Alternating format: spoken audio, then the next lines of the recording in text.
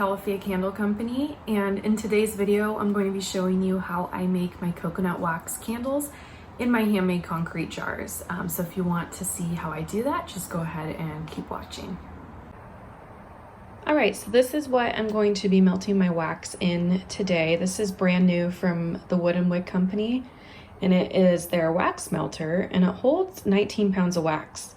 So I really like it because it holds more than my Presto pot did, but it's not as big and space hogging as those Digiboils.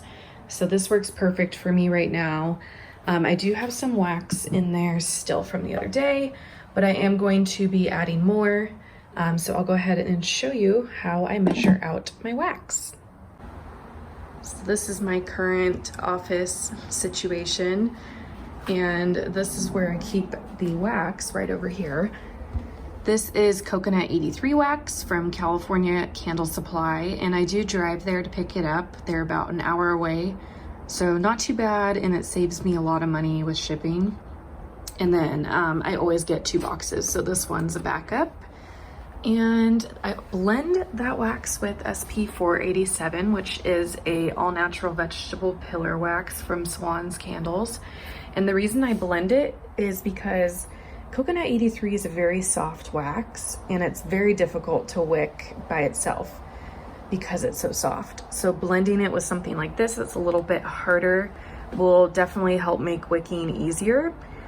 So if you're struggling trying to wick Coconut 83, I definitely suggest blending it with another wax such as this one, or they also have a 486, which just has a little bit more beeswax in it.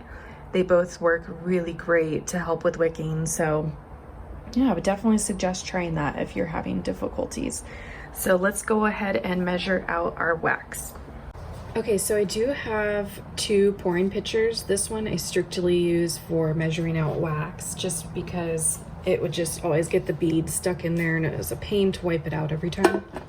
So this one I just use for measuring out my wax. So go ahead and open up my bin, and I'm going to put 30 ounces of Coconut 83 in here. So I'm gonna make sure it's on ounces. And I have this little, I think this is like a pastry cutter that I got off Amazon that I just use to kind of cut these little blocks, make them easier to fit in here. So 22, oh, almost 30. Add a little bit more. There we go, 30. So I'm gonna go ahead and dump this in my Wood and Wick melter. So the formula that I use for my blend is 75% Coconut 83 and then 25% SP 487. So I'm going to go ahead and grab my calculator. So we put 30 ounces of Coconut 83 in there, so do 30 times 0.25, and we get 7.5 ounces of SP 487.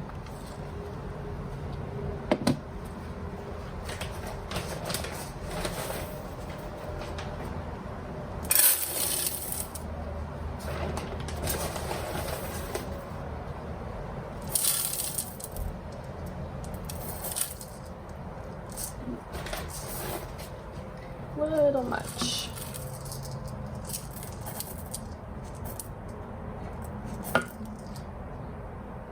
There we go.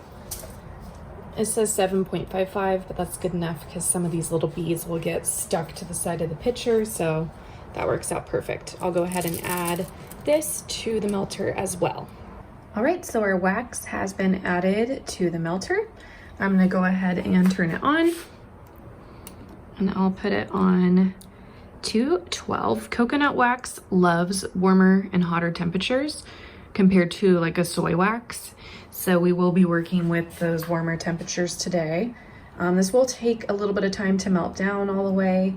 So in the meantime, we will wick our jars. So why don't we head on over to the jars and I will show you how I do that. Also, I wanted to add, if you were wondering with the blending waxes why I didn't deduct the 7.5 ounces of the SP 487 from the amount of the Coconut 83. You can do that. I have always done 100% of Coconut 83 and then add the additional percentage of the other wax. I saw that done on like a coconut Facebook group page, and so that's all I've done now. But if you want to do it the other way, you definitely can. So wicking these Amazon cylinder mold concrete jars has been the longest journey of my life. I literally have spent months trying to find wicks for these jars, and I think I've gotten pretty close, at least for me. Of course, I urge you to do your own testing, your own research. Don't just use these wicks because they worked for me. You need to test everything yourself. But what I found to work best is CDN5 and CDN6. So I'll use CDN5 for most of my scents. Certain ones like the bigger wick, CDN6. So the ones that I'll be using today are CDN6, and these are from North Star Country Candle Co. And I'm going to be using 9% fragrance today. I was using 10 for a while, but then I thought it was a little bit overpowering, so I've gone down to 9, and I really like how that is. And for wicking these, this is from Design House. It's one of their wick kits, and it's actually for, I believe it's for the West Coast jar from 1617. I was trying to find something without having to order it like custom that would work close to the diameter of this jar, and I think this was the closest one I found. It's not perfect. There is a little bit of space on each side of this, so I just try to center it as best I can. It works for me. Like I can get it pretty centered using this, but of course use whatever you have found to work best for centering your wicks. Before I pop that in though, I am gonna clean off the bottom of my wick. So I just have some alcohol I sprayed on a paper towel, and I'll just wipe it off a little bit. They tend to get pretty dirty, so I like to have it clean. That way I know it will stick well to the sticker.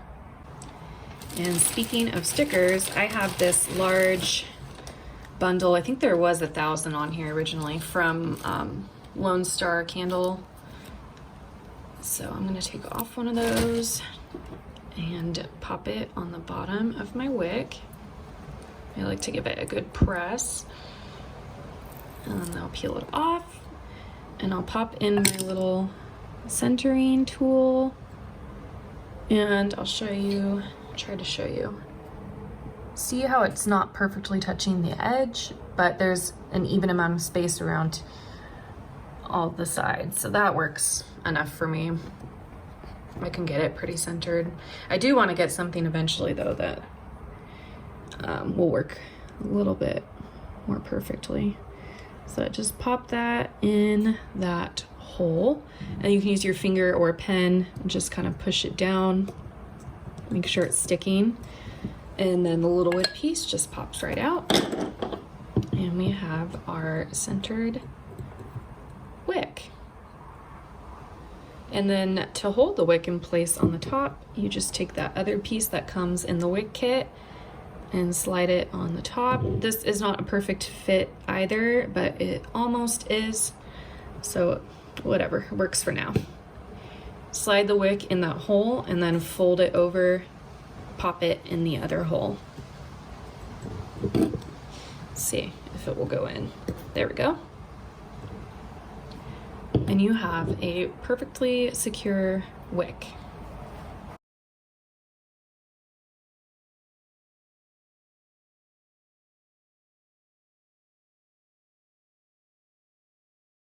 Okay, our jars are all wicked, so now we'll just wait for the wax to finish melting before we move on to mixing the fragrance and pouring. I'm sure you can notice a theme with my fragrance oil collection. They are pretty much all from Midwest Fragrance Company. If you have not tried them yet, I highly recommend doing so. They have amazing, amazing fragrance oils, and they're a small business, which I love supporting. So I pretty much have switched all of my fragrances over to them, except for these two from Candle Science, which are Mango and Coconut Milk and High Tide. I only have those two left from Candle Science because Midwest doesn't have any scents that are like that yet. So hopefully they will one day and I can switch over completely.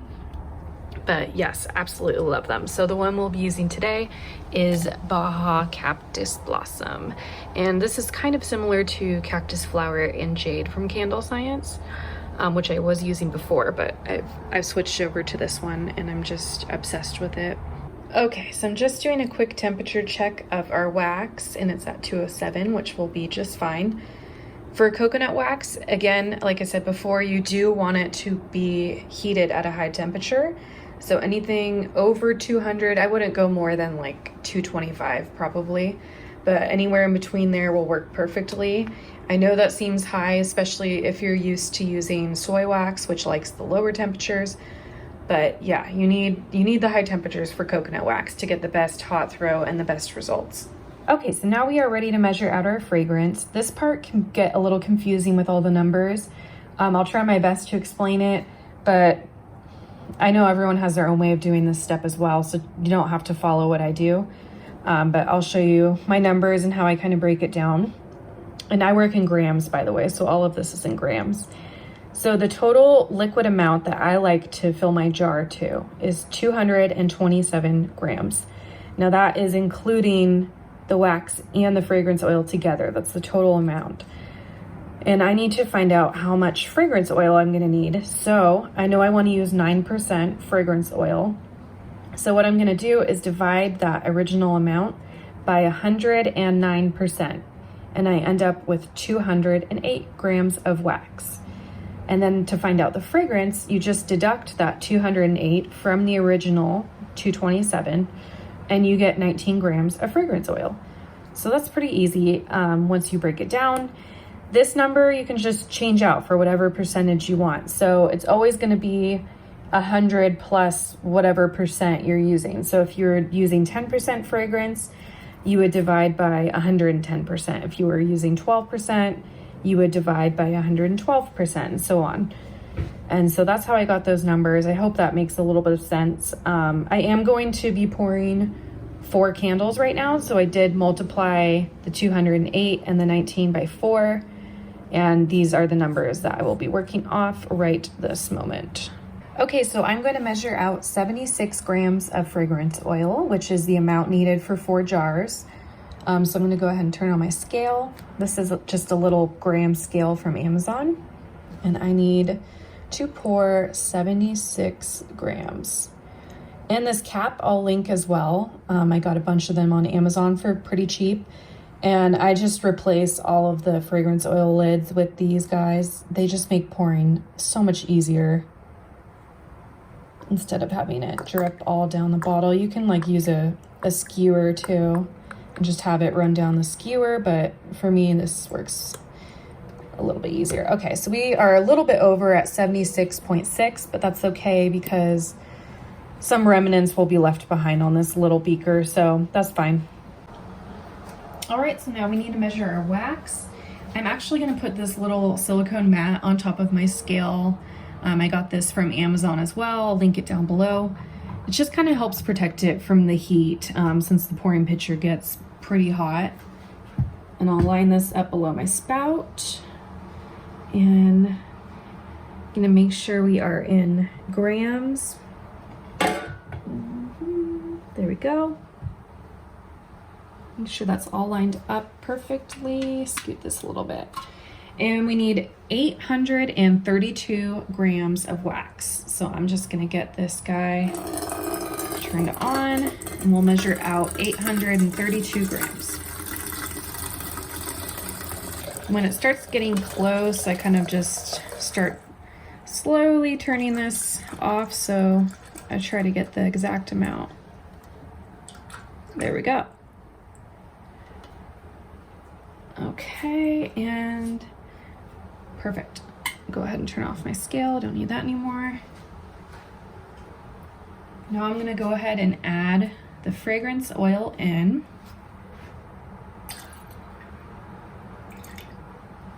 For coconut wax, you don't need to wait till your wax gets to a certain temperature to add your fragrance.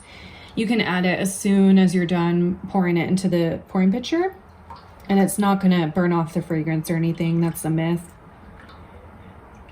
And also, since it was at such a high temperature, you don't need to stir for 2 minutes. Like, I literally just stir it for probably 15 to 20 seconds until it looks like it's all been mixed in thoroughly.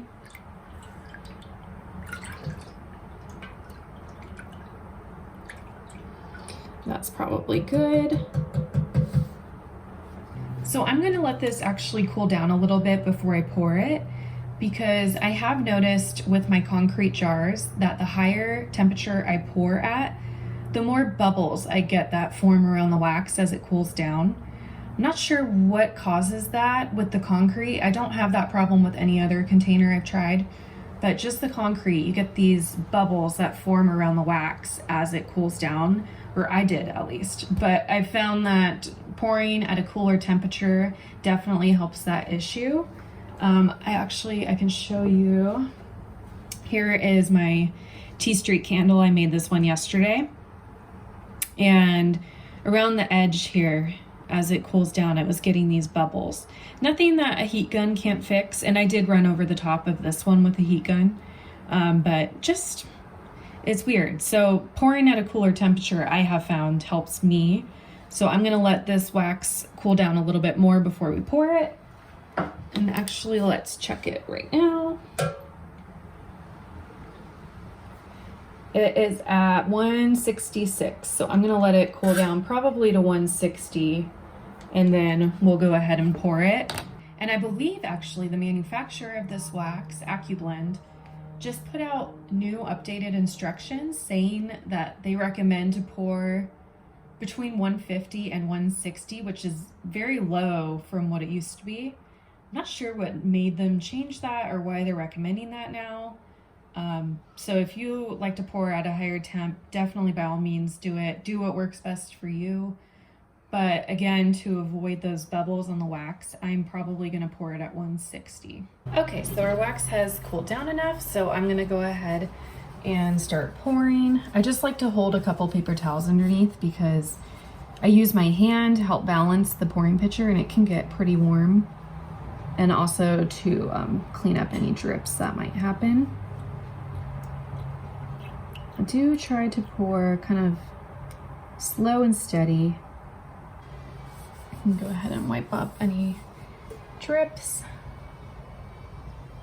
So we will let these cure, and then we'll come back and take off the wick stabilizers and trim the wicks and see if we need to go over any of them with the heat gun.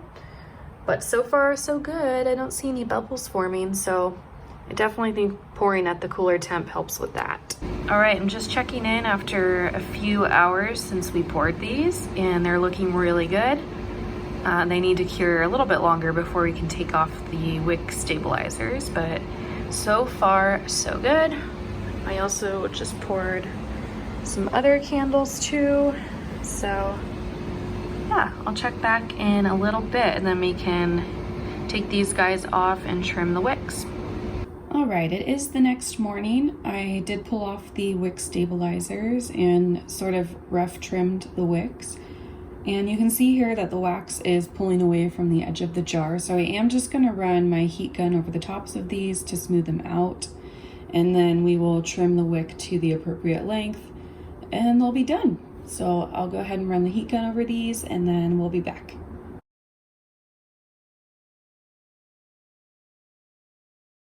And there we have it. Our concrete candles look and smell beautiful. Really happy with how these turned out. So I hope you guys enjoyed the tutorial, and if you did, go ahead and give the video a like and subscribe to the channel, and I will see you in the next video. Have a great day.